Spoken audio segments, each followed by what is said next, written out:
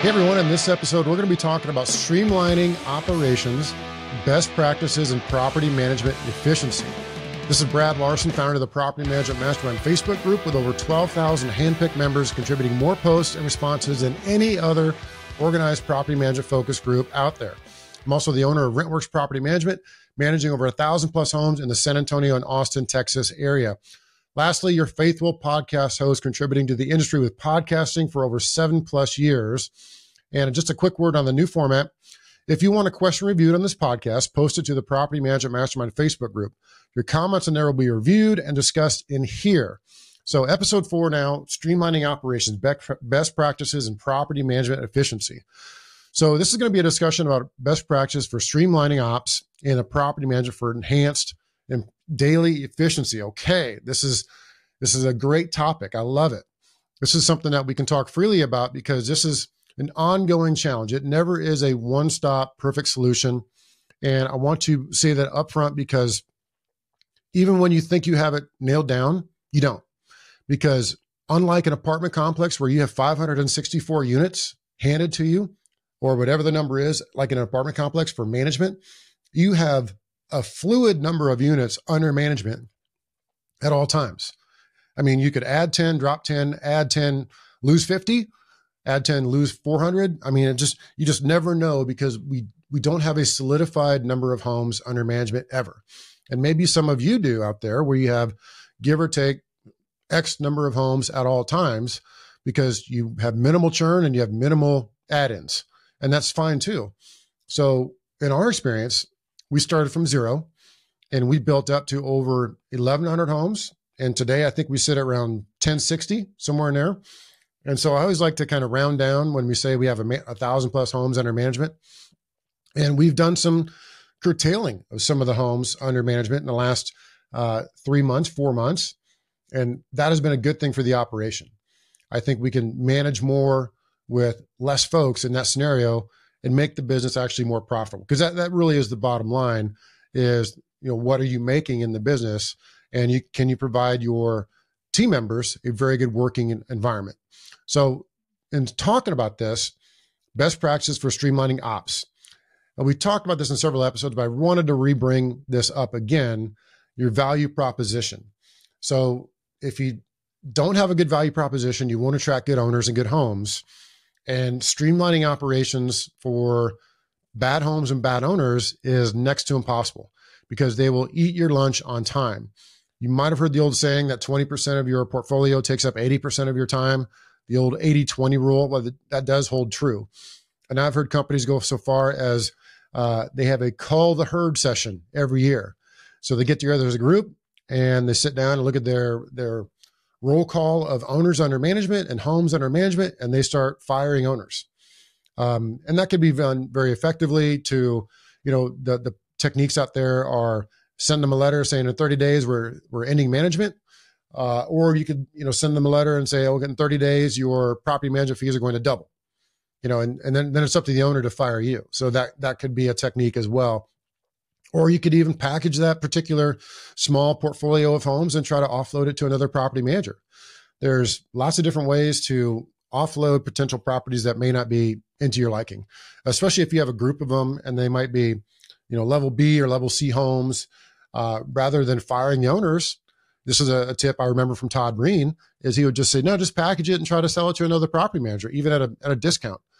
They could take it on and it's their problem from there. And you make something from it versus just firing the owners and you lose and you get nothing. But all that goes back to a value proposition. Why would somebody want to work with you? Because this whole concept of you can't streamline operations if you don't have homes under management. And so, I always remember Pete Newbig and Steve Rosenberg. They were a partnership there in Houston. And I know those guys very well. They were considered our sister company because we're in San Antonio, there in Houston. We shared quite a bit. Both those are great dudes, but they couldn't be more left and right of each other. It's hilarious. Pete, he's I got to have it perfect operational wise, or I can't think, I can't sleep at night. And Steve Rosenberg, he's out like, I'm going to go get 1,000 homes, 10,000 homes. We're just going to figure it out as we go. And neither of them are wrong. Neither of them are right. That's sort of why they had a really good working relationship and they had a great exit. they ended up selling to Mind, and they both worked at Mind for a bit. And now they're off doing other cool stuff inside the industry. And then Pete's doing stuff in the industry, and Rosenberg's, doing stuff he loves too, all kind of circling in and around the business world still. But it was just a neat exit they had. And again, I bring that up because one, I love those guys. And two, it was just such an interesting dichotomy between the two of them that it worked out well. It is the quintessential concept of streamlining your operations. You got to have homes to have under operation. If you don't, there's no point in improving. Anyway, it's chicken before the egg type stuff. All right. Next thing I put on the notes was website. Got to have a decent website to make sure you're streamlining operations. It goes into your tech stack. Your website is going to be indicative of how you sign up new owners. It's going to be also how you take in maintenance requests, potentially through your website and or your tech stack, which is also going to be your property management software. We use Rentvine. I highly advise anyone out there to take a look at Rentvine. We've used Propertyware, we've used Appfolio, and Rentvine has been a great working solution for us. Their customer support is hands down second to none. So I would recommend taking a look at Rentvine as well. But that ties into the website tech stack bullet points I had written up, is without good ways to communicate to the owners and tenants for anything, for putting out rent, for collecting rent, for maintenance requests, for lease renewals, for applications, all that good stuff has to be tied into your good website tech stack. Now, the tech stack concept, that could be, this could be a whole nother podcast on 20 different things out there. Everything from Property Meld to the showings. There's, all the showing softwares out there. We're big fans of Tenant Turner. It goes into, do you want to go to Slack or Monday.com or HubSpot or any of those to kind of manage internal operations? Lead Simple's another great one out there that we recommend. Then Microsoft Outlook, and then what kind of phones you're using. It goes even deeper than that. So the tech stack is a big thing in your operations and how you want to streamline what you want to do. Next, it goes into personnel. Clearly, you have to have good team members to run everything inside your tech stack, your website, your value proposition. That goes right into having good team members. And it's a lot easier said than done. You got to kiss a lot of frogs to find the right team members that are going to be on your team. And that's a whole nother topic, because, we run people through Culture Index, which is a personality assessment. You could do cheaper versions of that out there. There's the DISC tests that are out there, and all those are fine and dandy, but how do you apply those to sifting through the people that are going to work with you? And then it's also about finding the right seat on the bus for the right person. And we also GWC them, and I'll talk through that inside of the EOS model. GWC is, do they get it? Do they want it? Do they have the capacity to do it? And that's all part of your personnel that fit right into streamlining ops. And also bring up the sales versus operations dilemma. And we've talked about this before. You have people doing sales that they're trying to sign up new owners or whatever they're trying to do. And then you have operations who are trying to manage them. And we spend a lot of time in talking through that. But inside of the operational discussion, getting someone from sign up into the property manager's hands is part of your operation. And we've had to learn to streamline that through many, many mistakes. And the mistakes are made when you sign somebody up today and they're not going to be ready to rent for a month or 2 months or 3 months or whatever. They have to package up, they got to move out, etc. And then you never contact them back. They signed up today, but you're not on top of them daily and weekly, indicating to them that, hey, we got everything working. I need your insurance. I need to, make sure I got the good contact information for HOA. I mean, you got to stay in touch with them weekly. And that's part of our process that we've recently implemented, is to ensure that even owners in the gray zone, I guess that's the final term I'm going to use, the gray zone between sales and being handed off to a portfolio manager, property manager, for them to implement or to take them and start marketing their property. That gray zone is what we've had to get improved on. And it ties right into streamlining. If you don't have that set up, it's going to really tick you off when you sign somebody up today and, okay, I'll be ready for you in a month. And you contact them back in a month and they're like, well, we never heard from you. So we just went and found another property manager because we signed some paperwork, but you never called us back and never told us anything to do. And so, we just went ahead and leased it out to somebody, or we found somebody else to manage the property for us. And that's when you're going to be like, okay, where's the nearest bridge? I'm fixing to jump off of it. And that's just drives you nuts.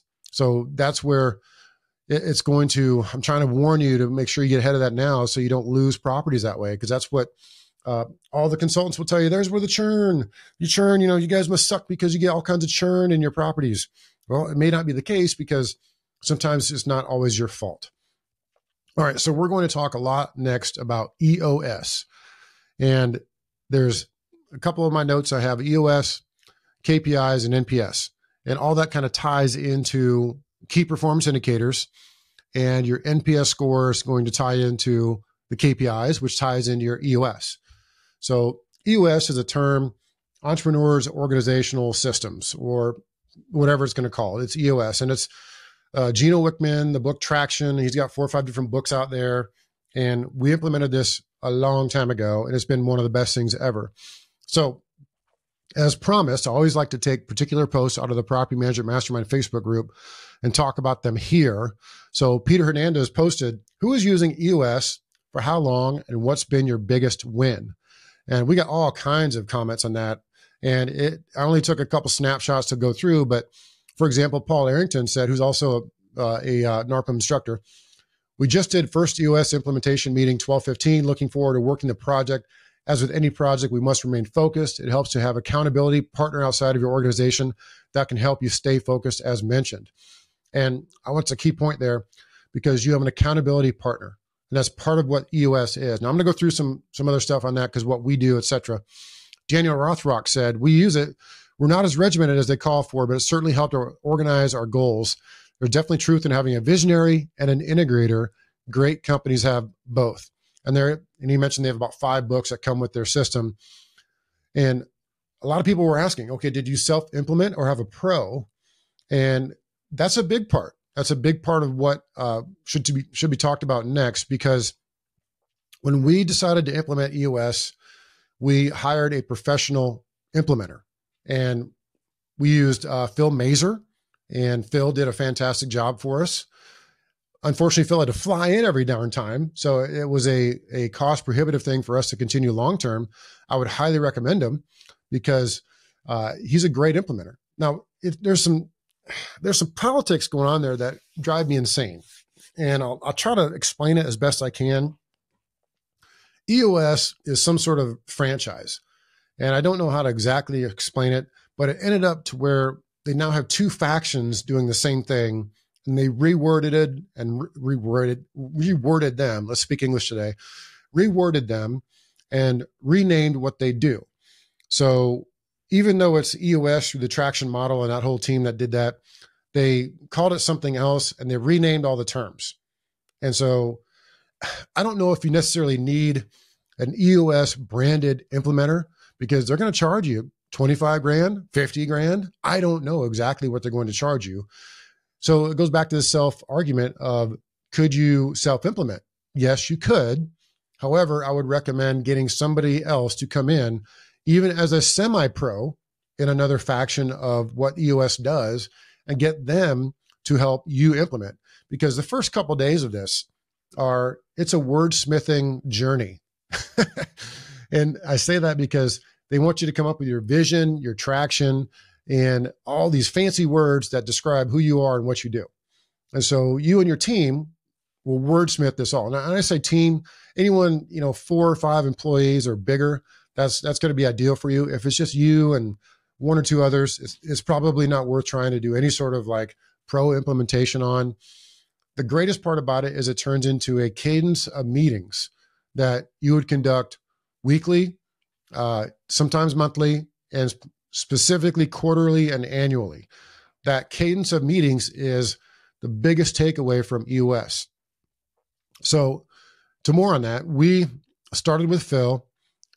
Phil used, we implemented all the EOS stuff. We did all those things we talked about. We have great vision, traction, organizer, and all that good stuff. And I'll read some points to you because I pull out my VTO and I keep it with me in my notes.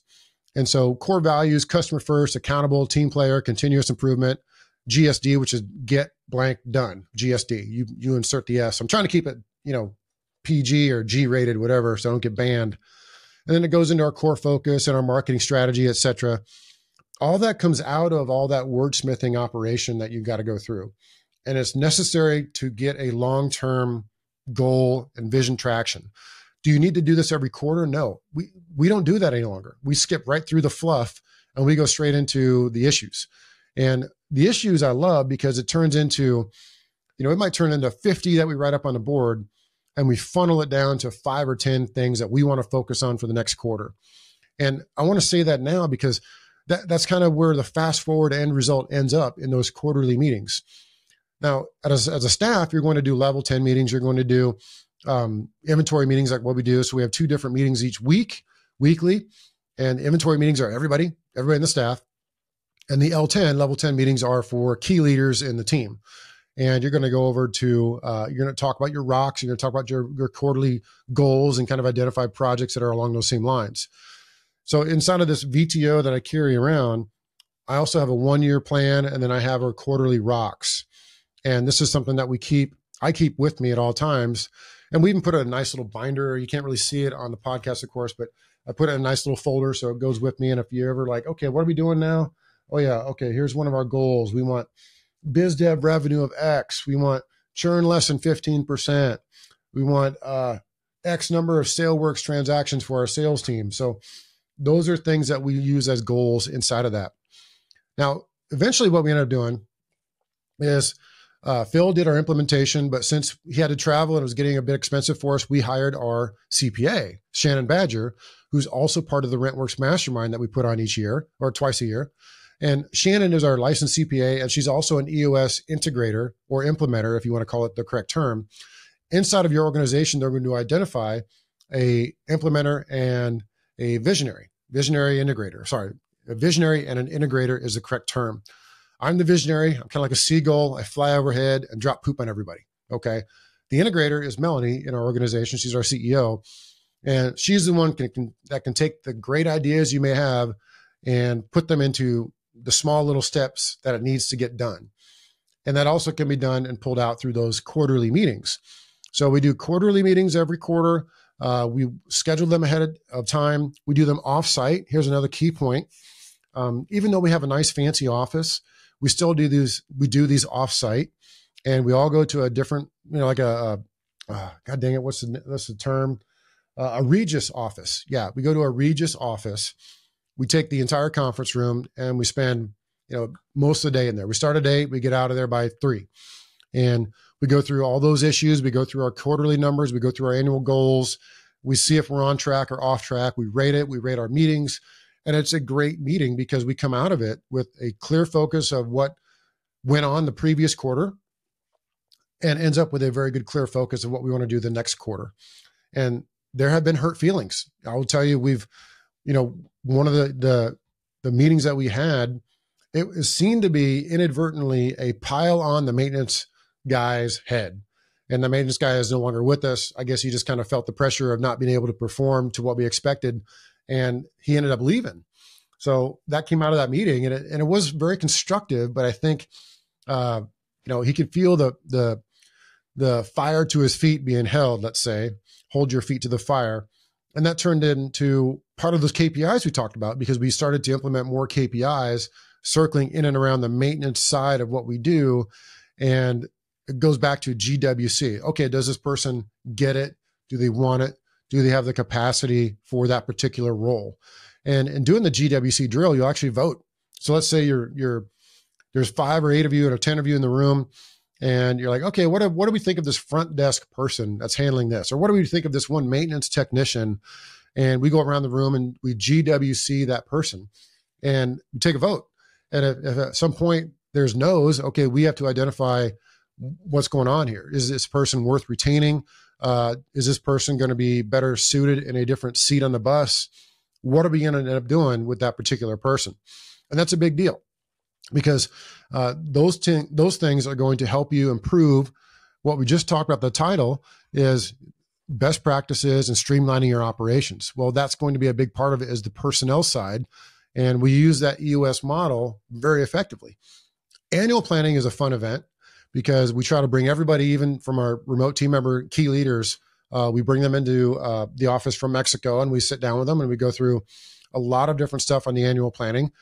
Obviously, you review everything that went on the prior year, and then you get to forecast, if you want, what you're going to do for 20X, I mean, the next year, let's say. And we just did ours about a month ago. And again, it's a fantastic drill. Every time you come out of there feeling pretty good about the future, you might feel pretty good about the last year. And that's part of the point is underlying, you should come out of those meetings feeling better than what you went in with. Yeah, you might have had a few fails. We had some to talk about. And yeah, you might have had a few wins. We had some to talk about. But there's also going to be very clear projections of what you want to do in the next year. And you come out of it with a clear path, rocks, goals, KPIs, and ways to improve the business. And so I can't say enough about how good the EOS model is. And that's something that you should all consider.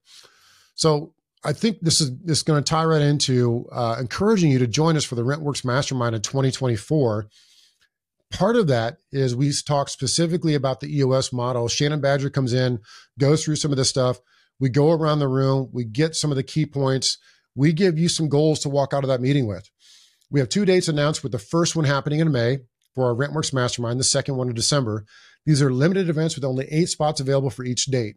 Our first event was sold out, and participants raved about their experience. We deliver the entire playbook of starting, growing, and running a successful property management company. Visit rwmastermind.com to learn more, rwmastermind.com.